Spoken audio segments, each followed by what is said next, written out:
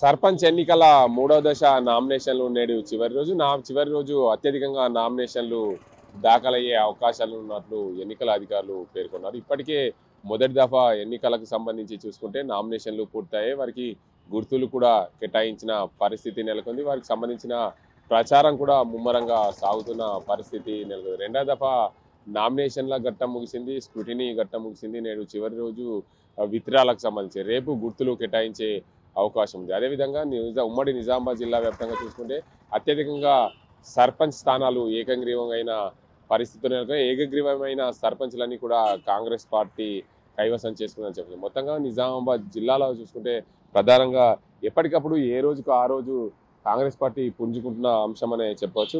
నిజామాబాద్ జిల్లాలో ప్రధానంగా చూసుకుంటే మరోవైపు కామారెడ్డి జిల్లా, ఇట్లా రెండు జిల్లాల్లో చూసుకున్న పరిస్థితుల్లో చూసుకుంటే మొత్తంగా ఏదైతే కామారెడ్డి నిజామాబాద్ జిల్లాలో మొత్తంగా 39 సర్పంచులు ఏకగ్రీవమయ్యాయి. కామారెడ్డిలో 10 ఏకగ్రీవమైన పరిస్థితులు. ఎందుకంటే కామారెడ్డి మొదటి దఫాకి సంబంధించి చూసుకుంటే మొదటి దఫాలో కామారెడ్డికి సంబంధించి కామారెడ్డి డివిజన్లో మొదటి దఫా ఎన్నికలు నిర్వహిస్తున్నారు కాబట్టి ఖచ్చితంగా కామారెడ్డిలో అక్కడ గతంలో ప్రాతినిధ్యం వహించిన ప్రభుత్వ సలహాదారు మాజీ మంత్రి షబ్బీర్ అలీ ప్రతిష్టాత్మకంగా తీసుకున్నారు. అక్కడ కాంగ్రెస్ పార్టీ బలోపేతం దిశగానే ప్రయత్నాలు చేశారు. అందులో ప్రధానంగా 10 మంది సర్పంచ్లను ఏకగ్రీవం చేసిన పరిస్థితులు నెలకొన్నాయి.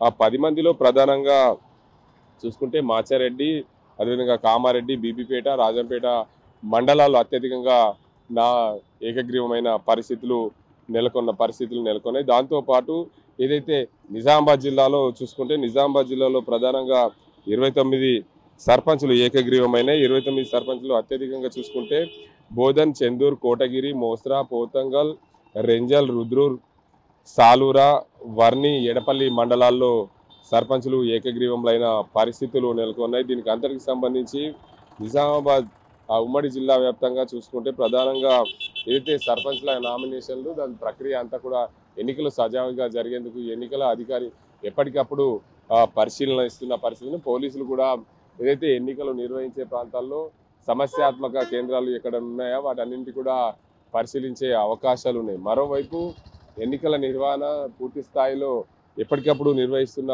పరిస్థితుల్లో దీనికి అందరికి సంబంధించి మొదటి దఫా రెండవ దఫాకు సంబంధించి పూర్తి స్థాయిలో ఇప్పటికే గుర్తులు కేటాయించే అవకాశాలు ఉన్నాయి. మొదటి దఫా గుర్తులు కేటాయించారు, రెండవ దఫా ఈరోజు గుర్తులు కేటాయించే అవకాశాలు ఉన్నాయి. మూడో దఫా నేడు చివరి రోజు నామినేషన్లు కావడం పూర్తి స్థాయిలో ప్రతిష్టాత్మకంగా తీసుకుంది ఎన్నికల సంఘం. దీనికి అందరికి సంబంధించి గ్రామీణ వ్యవస్థ పూర్తిగా ఏకం కావాలి, గ్రామీణ వ్యవస్థ అభివృద్ధి పడాలి అంటే పూర్తిగా సర్పంచ్ల ఎన్నికలు సజావుగా సాగేందుకు ఆయన ఎన్నికల అధికారులు పూర్తి స్థాయిలో సమాయత్తం అవుతున్నారు. దీనికి అంతటికి సంబంధించి నిజామాబాద్ జిల్లాలో ఎప్పటికప్పుడు ఎన్నికలకు సంబంధించి చూసుకుంటే ప్రధానంగా ఎన్నికలు తడిసి ఎమ్మెల్యేలకు తడిసి భారమయ్యే అవకాశం లేదు. ఎందుకంటే ప్రధానంగా ఎన్నికలు జరిగినప్పుడు ఎమ్మెల్యే ఎంపీ ఎన్నికలు జరిగినప్పుడు అప్పుడు గ్రామీణ స్థాయిలో ఉండే సర్పంచులు, ఎంపీటీసీలు, కార్యకర్తలందరూ కూడా ఎమ్మెల్యేలను గెలిపిస్తారు, ఎంపీలను గెలిపిస్తారు. అదే స్థానిక సంస్థల ఎన్నికలు వచ్చినప్పుడు ప్రధానంగా సర్పంచులను అదేవిధంగా ఎన్నుకునే దిశగా ఎమ్మెల్యేలకు తడిసి భారమైన పరిస్థితులు నెలకొని ప్రధానంగా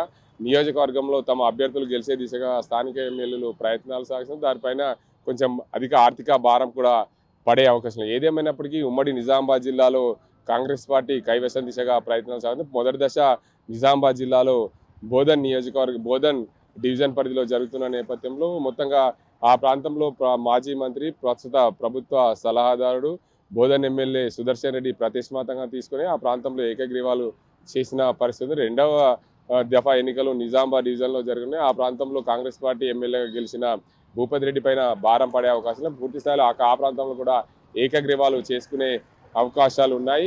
మరోవైపు మూడవ విడత ఎన్నికలు ఆర్మూర్ డివిజన్లో జరిగిన ఆర్మూర్ డివిజన్లో ఇద్దరు ప్రతిపక్ష ఎమ్మెల్యే, ఒకరు బీజేపీ నుంచి గెలిచిన ఆర్మూర్ ఎమ్మెల్యే పైడి రాకేష్ రెడ్డి, మరొకరు బాల్కొండ నుంచి బీఆర్ఎస్ పార్టీ నుంచి గెలిచిన మాజీ మంత్రి బాల్కొండ ఎమ్మెల్యే వేముల ప్రశాంత్ ఇద్దరు కూడా ప్రతిష్టాత్మకంగా తీసుకున్న పరిస్థితులు. ఎందుకంటే తమ పట్టు ఉండాలంటే తమ అభ్యర్థులను గెలుపుకునే దిశగా ఆ ఇద్దరు ఎమ్మెల్యేలు ప్రయత్నం చేస్తున్నారు. కానీ చివరి దశలో ఆర్మూర్ నియోజకవర్గం అదేవిధంగా బాల్కొండ నియోజకవర్గాల్లో అధికార పార్టీకి సంబంధించిన నేతలు పూర్తిగా తమ అభ్యర్థులను గెలిపించుకునే దిశగా ప్రయత్నాలు చేస్తున్నాయి. ఏదేమైనప్పటికీ ఉమ్మడి నిజామాబాద్ జిల్లాలో కాంగ్రెస్ పార్టీ సర్పంచ్ల జోరు పెరిగిందని చెప్పొచ్చు. ఎన్నికల సంఘం ఎప్పటికప్పుడు ఎన్నికల నిర్వహణలో ప్రతిష్టాత్మకంగా తీసుకున్న అంశాన్ని కూడా పరిగణలోకి తీసుకునే అవకాశం ఉంది. ఇది ఇక్కడ పరిస్థితి. కెమెరా సజిన్తో గంగారెడ్డి, RTV, నిజామాబాద్. చరిత్ర సృష్టించినోడు